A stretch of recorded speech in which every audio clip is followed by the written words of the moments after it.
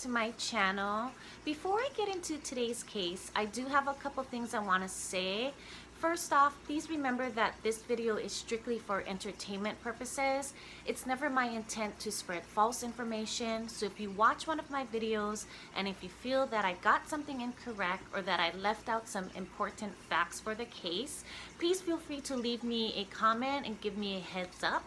Secondly, please be advised that my channel is pretty heavy. There's some dark stuff, there's very gory, adult graphic, things of that nature.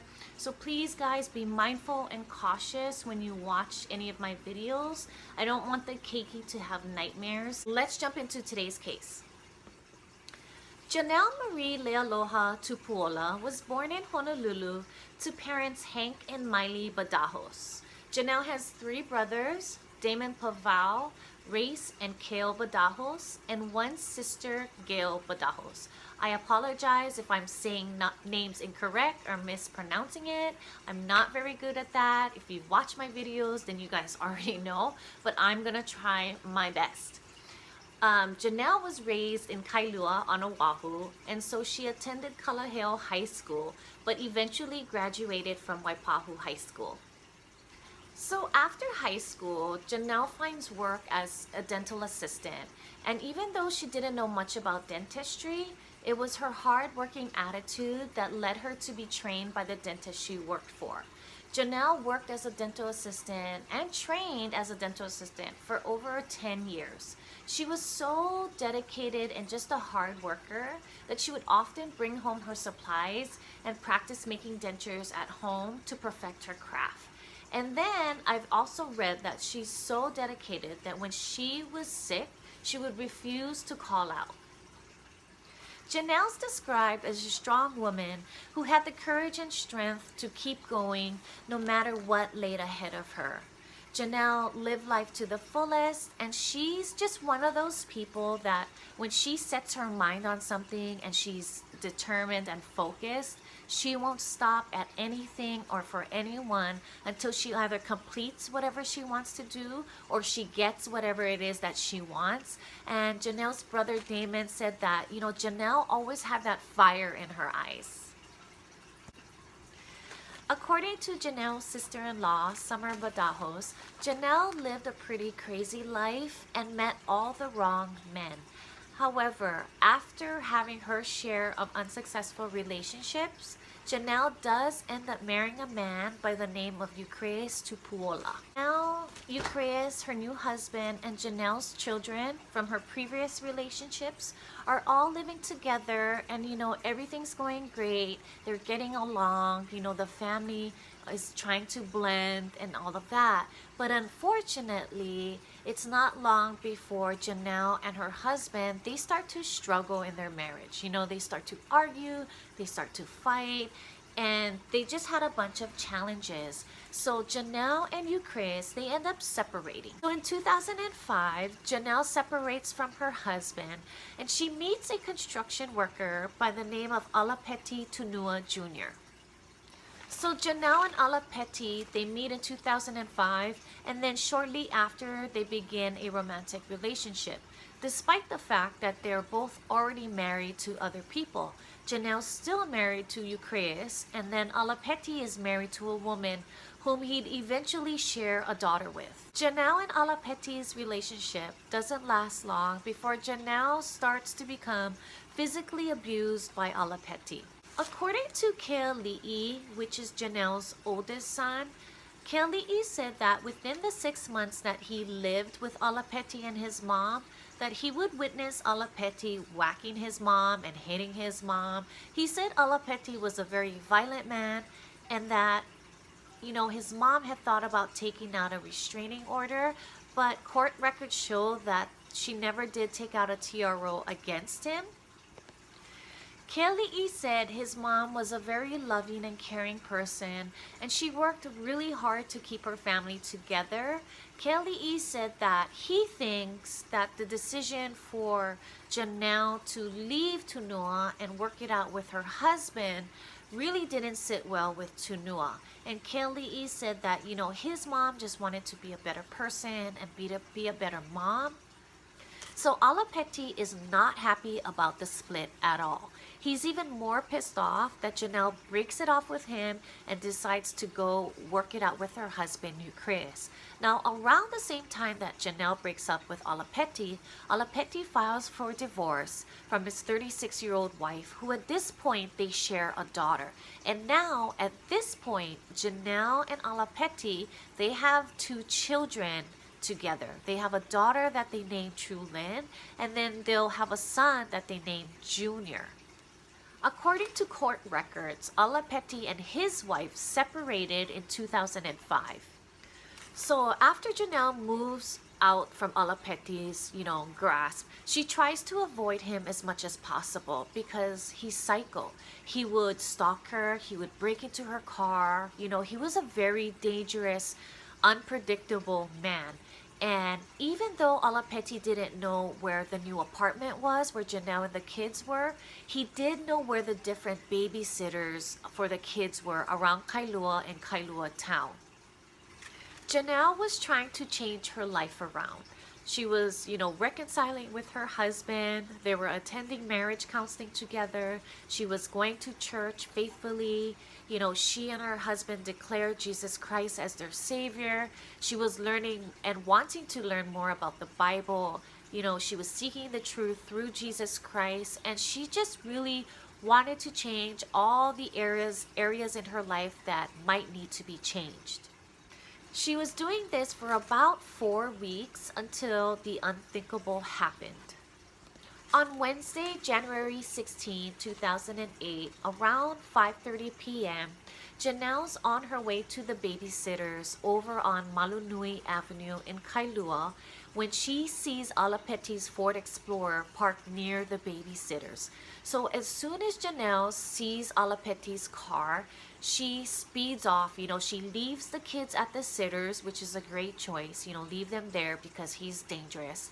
And so she drives off, and then Alapeti follows her. What ends up happening is Alapeti rams his SUV into Janelle's car about 4 times. So he keeps ramming his SUV into her car, making her car spin out and then eventually come to a stop. So as Alapeti got Janelle's car to come to a stop, he goes over to Janelle's car, he grabs Janelle, she tries to run away. He grabs Janelle, he punches her, and then he starts to beat her with the butt of a shotgun. They were on the corner of Malunui Avenue and I believe Kawainui Avenue in Kailua. And then nearby residents, they hear Janelle screaming, they hear all the noise. So nearby residents come out, there's cars passing by. There's actually a car right behind of them that, witnessed the whole thing. And so everybody is witnessing it. They see and hear, Janelle screaming, but everybody's too afraid to intervene because they're afraid that Alapeti would turn the shotgun on them. So out of about 30 people that were watching this incident go down, there was one brave Samaritan. He was in his late 60s. He goes over and he tries to intervene. But Alapeti ends up hitting this man in the head, striking this man in the head several times with the shotgun.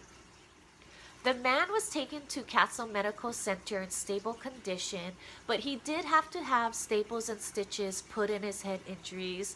The man did make a full recovery. He did not want to be identified, and I don't blame him. He said that he wished that more people would have intervened and, jumped in and helped Janelle. And he said that he doesn't feel like a hero at all. So Alapeti continued to beat Janelle with the end of the shotgun. Alapeti beat Janelle to death. She was pronounced dead at 6:00 p.m. Alapeti Tunua Jr. stands 6'2" and 340 pounds, is no angel, and actually has an extensive criminal record. As a juvenile, Alapeti was arrested 67 times.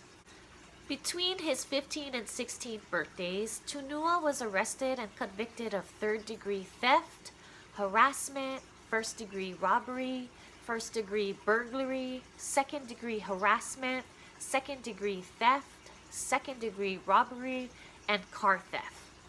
On June 6, 1995, Alapeti's riding the Honolulu City bus and he sees a man wearing this gold chain. And so, he had it in his mind that he wants this gold chain. So he goes and asks the man, or not asks, I should say, he tells the man, give me your gold chain. I want your gold chain. And then, of course, naturally, the man says, no, you can't have this gold chain. So Tunua actually stands up and starts choking this man. As Tunua's choking this man out, he tells the man, if you don't give me your gold chain, I'm going to snap your neck. So of course, Alapeti is 6'2", this 340 big Polynesian guy. So the man gives Alapeti his gold chain before getting off the bus. As soon as the man gets off the bus, he calls the police. Police do end up finding Alapeti on the bus with the man's gold chain. Alapeti has admitted to having drug problems, and he also has admitted to being sent to Bobby Benson Rehabilitation Center. On March 1st, 2001, he was released from prison after serving 4 years of a 20-year prison sentence for first and second degree robbery. So before January 16, 2008, before that fatal day, Alapeti actually took their daughter, True Lynn. Remember, Janelle and Alapeti have a daughter named True Lynn. Alapeti actually took their daughter, True Lynn, from the babysitters and hid True Lynn from her mom for about a month. And it sounds like, now correct me if I'm wrong, and I don't know, this part I'm just assuming. It sounds like maybe Janelle didn't have a chance to see her daughter True Lynn before she passed, because after Alapeti, had beat Janelle, he fled the scene and he went back to his Likeke place. He had a home there. And he went there, and it was said that he went there because his daughter True Lynn was there. It was said that he went back home to kiss his daughter goodbye, because Alapeti knew that he would be gone for a really long time. On February 6, 2009, Circuit Judge Randall Lee sentences Alapeti Tunua Jr. to 30 years to life in prison with possibility of parole. Now, in order to get this sentence, as part of a deal with the prosecutors, Alapeti had to agree to plead guilty to murder, assault, terroristic threatening, and firearms offense. I believe there were 2 other charges that he had to plead. I believe he had 6 felony counts against him. And in order to do this, what they do is they say, okay, hey, you have to plead guilty to the yada, yada, yada, to avoid a sentence of life in prison without the possibility of parole. At Alapeti's sentencing, it was a very emotional day for Janelle's family members, as you can imagine. So Alapeti does say something at his sentencing, and this is what he says, and I quote, "I just want to say I'm sorry. I wish things didn't happen the way they did, but they did, and I'm here now, and I'm here to take responsibility," end quote. Because of that horrific beating, Janelle suffered severe brain damage. She had inner and outer brain bleeding. She had a depressed fracture from the left side of her skull to the base skull hinge. Some of Janelle's family members did get their chance to talk at the Alapeti sentencing and, say what they had to say. And Janelle's mom, Miley, said, quote, "She did not deserve to die that way, but he deserves to spend a very, very long time in jail," end quote. Janelle's niece, Diamond Badajos, is really haunted by her aunt's memory. You see, on January 16, 2008, Diamond and Janelle were supposed to switch their cars. And the reason why they wanted to do this is that so Janelle could be in disguise and so Alapeti wouldn't notice Janelle's car. But unfortunately, Janelle was killed before they could even swap their vehicles. And Diamond feels super guilty about this. On the day of Alapeti's sentencing, Diamond did get to say this to him, and I quote, "He showed no mercy, and because of that, he is undeserving of any grace, pity, or remorse," end quote. She went on to say that she knows her aunt is in a better place, a place that Alapeti will never get to see. This was the first case in Hawaii where the 3 strikes law that was passed in 2006 was utilized. Basically, the 3 strikes law is for habitual offenders. So the way this law works is that if someone commits 2 serious crimes and then they go ahead and commit a 3rd serious crime, they will automatically get a mandatory life sentence in prison, or they get 10 more years added on to their sentence. The purpose of this law is to increase the punishment of people who are convicted of 2 serious crimes. And so in this case, I believe Alapeti, the 3 strikes law did apply to his sentencing. And now remember, they did a whole deal with the prosecution. So instead of getting that mandatory life sentence in prison, he automatically had added on 10 extra years to his prison term. So Janelle's 5 children are being raised by relatives and family friends in 2 separate homes.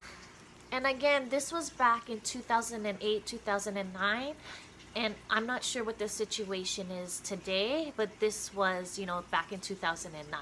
So Kaiaulani, which is Janelle's oldest son, and then with the 2 younger children, Trulin and Junior, they're living with Janelle's sister, Gail Badajos. And then the middle boys, Malama and Angel, they're actually with a family friend, like a really good friend that used to babysit the boys before all of this happened. And again, like I said, this was back in 2009. The kids are much older now, and I'm sure things have changed. While Alapeti is father to Trulin and Junior, none of the other children's fathers are involved in their lives. And again, this is back in 2009, so things could have changed by now. I just want to say, this case affected so many people, not just with Janelle's family. It affected Janelle's parents, her siblings, her husband, and her children especially. But not only has this affected Janelle, and that whole bubble, but it really affected the community. Remember, those 30-something people were there watching. So I know some of the people that were witnessing the beating have nightmares. They were really affected by this. And so one thing I want to say before I close this video is that if you or someone is in an abusive relationship, try and talk to that person, get that person help, give them a number to call. I know it's easier said than done, and I know when you're in it, it's a whole different game, But I just want to say, if you or someone that you know are in an abusive relationship, and if you want help or if you need help, there's resources, there's numbers that you can call. Reach out to me if you have if you don't know what to do, and I'll go ahead and I'll help you. One thing that really frustrates me about the police department in Hawaii is that they don't take TROs serious, and a lot of times they don't take domestic violence serious, and then something like this happens, and then what? So TROs, all that stuff, it's super important, and I wish that police officers and government officials would take it more serious, because so many women die. And I'm not just saying it's only women, because men can be abused too, but let's face it and let's just be real. The statistics is that women are abused more than men. So much women die, from their ex-boyfriends, from their husbands, from their, it's just so disheartening. So if you need help, or if you know that anyone that needs help, there are places, and there's shelters that you can go to, there's numbers that you can call. And I know it's so hard when you're in an abusive relationship to get out, because you got kids together, you got finances together, sometimes, and a lot of times, the women, they don't have no place to go, so they're just stuck in this whole cycle. That's all I got for you guys. Let me know what you guys think about this case. Do you remember when this case happened back in 2008? That was a very, very sad year. I remember that year very clearly. All right, guys, that's all I got. Thank you so much for watching. Thank you so much for giving me your time, and I'll see you next week. Bye. Aloha. Bye. Bye.